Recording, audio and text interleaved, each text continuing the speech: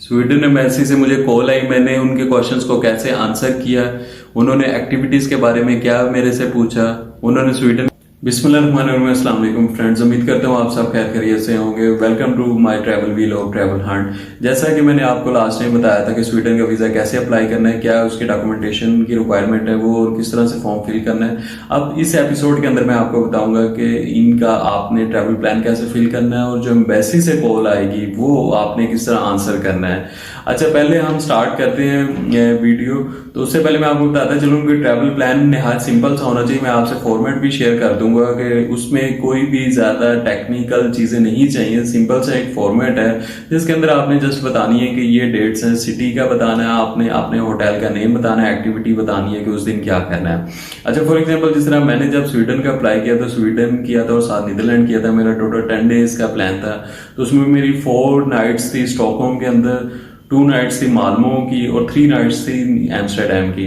तो उसमें मैंने जस्ट मेंशन करना है, जिस तरह डे 1 पे है तो आप चेक इन करते हैं, होटल के अंदर स्टे करते हैं, क्यों लेट नाइट फ्लाइट्स होती हैं, जेट लैग भी होता है, तो पहले दिन तो आपकी कोई एक्टिविटी नहीं होती।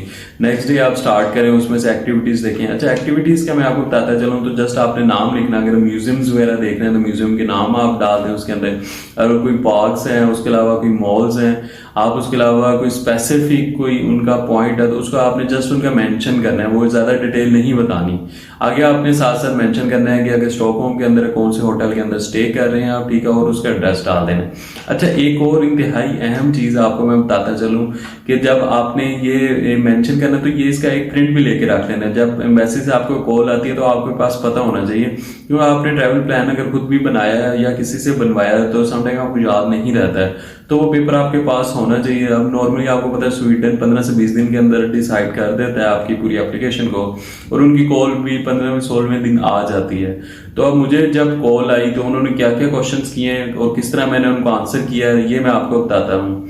अच्छा, मुझे जब कॉल आई तो उन्होंने मेरा नाम पूछा, तो नाम मैंने उन्हें बताया। तो उसके अलावा उन्होंने बताया जी हमने स्वीडन से आपको कॉल किया एम्बेसी से, तो आपका हमने इंटरव्यू करना है। तो मैं कहा जी जरूर। तो उन्होंने पूछा जी कि आपका पर्पस क्या है। पर्पस मैंने उन्हें बता दिया कि मेरा वो आपका क्लियर होना चाहिए कि आप अगर क्या फ्रेंड्स को देखने जा रहे हैं या उसके अलावा फैमिली को विजिट करेंगे या टूरिज्म का है, तो जो भी स्पेसिफिक आपने मेंशन किया है फॉर्म के ऊपर वही आपने मेंशन करना है, क्योंकि उनके पास सारा रिकॉर्ड होता है, वो क्रॉस वेरीफाई करना चाह रहे होते हैं और आपका देखना चाहते होते हैं कि आपकी उसमें क्या इंटेंट है। अच्छा, तो मैंने उन्हें बता दिया कि टूरिज्म का मेरा पर्पस है। फिर उसके अलावा उन्होंने बताया अच्छा आपके डिपार्चर डेट्स के हैं, कब और अराइवल कब है पाकिस्तान के अंदर, वो मैंने उन्हें बताया कि मेरा ये प्लान है इस दिन को। और फिर इवन कि उन्होंने मुझे एयरलाइन का भी पूछा कि एयरलाइन टिकट कौन सी आपने परचेज किया है। तो आपको पता है कि इसके लिए सिर्फ बुकिंग चाहिए होती है, डमी टिकट चाहिए होती है, आप वो किसी भी ट्रैवल एजेंट से करवा सकते हैं। तो वो मैंने उन्हें बता दिया कि जी एमिरेट्स एयरलाइन का ये मेरी टिकट है, ये उसका डेट है उसकी, इस दिन को मैं जाऊंगा और फलाना आफ्टर 10 डेज में वापस आ जाऊंगा। अच्छा, फिर उन्होंने पूछा कि आपका ट्रैवल प्लान क्या है, जो कि तीसरा इंपॉर्टेंट क्वेश्चन उन्होंने डायरेक्ट पूछा, ट्रैवल प्लान क्या है। उन्हें मैंने बताया अपने जो प्लान था मेरा कि 4 नाइट्स मेरा स्टे है स्टॉकहोम के अंदर, 2 नाइट्स मेरा स्टे होगा माल्मो के अंदर और 3 नाइट स्टे होगा एम्स्टर्डम के अंदर। उन्होंने पूछा अच्छा स्टॉकहोम में आप क्यों जा रहे हैं। तो मैंने जिस तरह के न्यू ईयर पे प्लान था तो मैंने उन्हें बताया कि न्यू ईयर ईव करना है मैंने। तो उन्होंने कहा कि आपने क्यों सिलेक्ट किया है जो स्टॉकहोम को।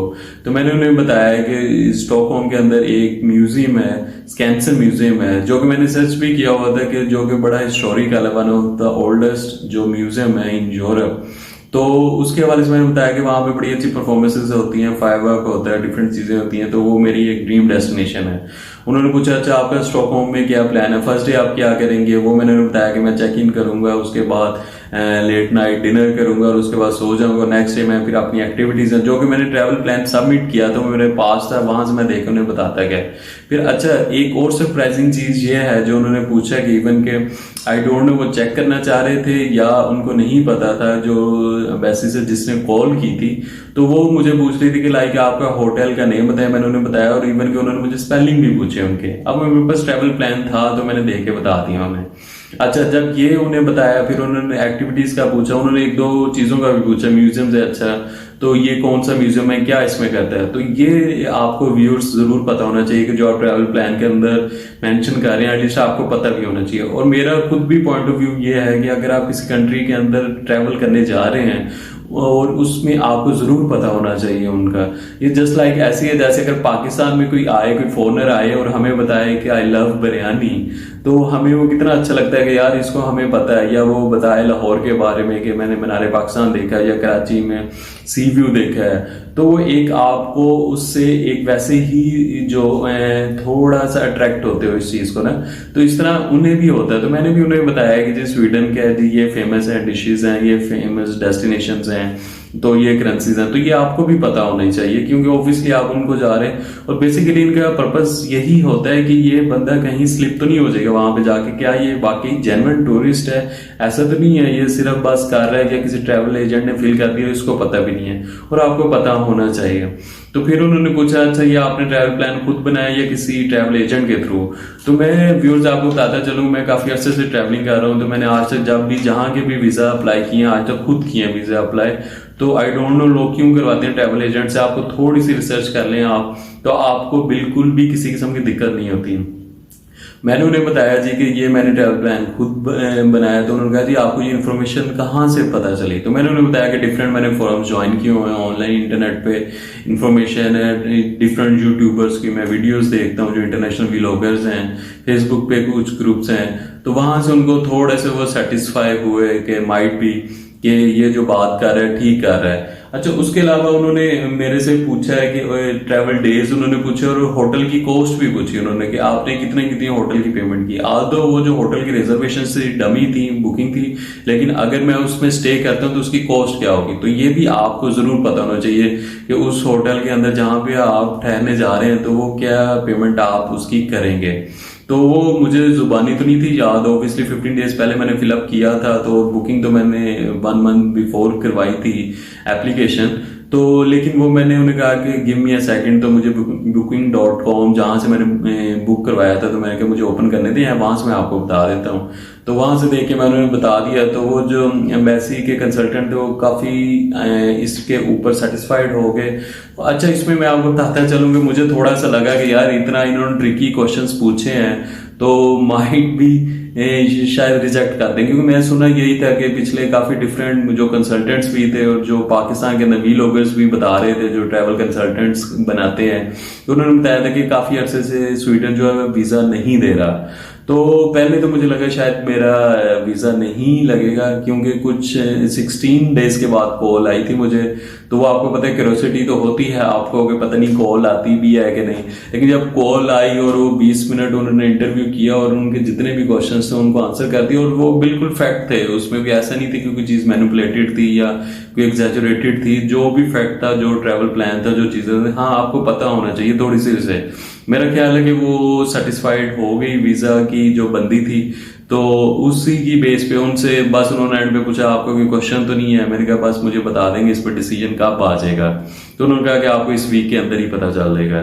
तो खैर उन्होंने जो मुझे वेरी नेक्स्ट डे, मुझे शायद उन्होंने उस दिन लगाया वीजा और नेक्स्ट डे उन्होंने सेंड कर दिया VFS इधर लाहौर जहरीज के ऑफिस।